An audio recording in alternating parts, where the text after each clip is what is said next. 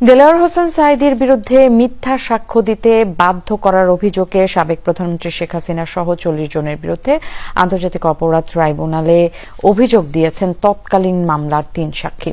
তারা বলেন, নানাভাবে নির্যাতন করে অভিযোগ দায়ের ও সাক্ষ্য দিতে বাধ্য করা হয়েছিল।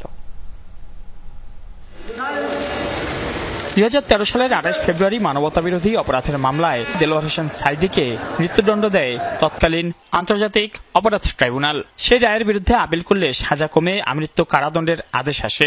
তারপর থেকে সাঈদী বন্দী ছিলেন কারাগারে। বন্দী অবস্থায় 2023 সালের আগস্টে মারা যান তিনি।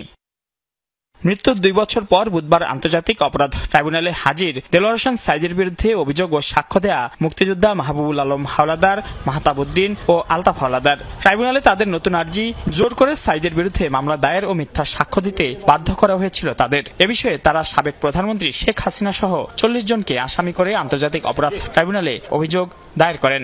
সবাই মিলে এমনভাবে হুমকি শুরু করছে, তখন আমি বুঝছি যে আমি এখান থেকে রেহাই পাবো না, বা আমার ক্ষতি হবে, আমাকে মেরে ফেলবে, আমার পরিবারবর্গ মেরে ফেলবে।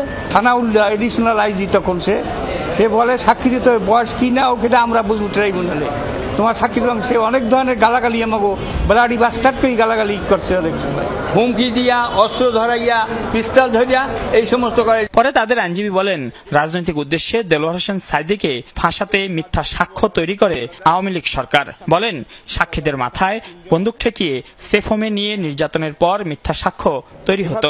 দীর্ঘ সময় ধরে নির্যাতন করে জীবননাশের হুমকি রেখে তার মাথায় পিস্তল ঠেকিয়ে তাকে বাধ্য করেছে সাঈদী সাহেবের বিরুদ্ধে এই মামলাটি করতে।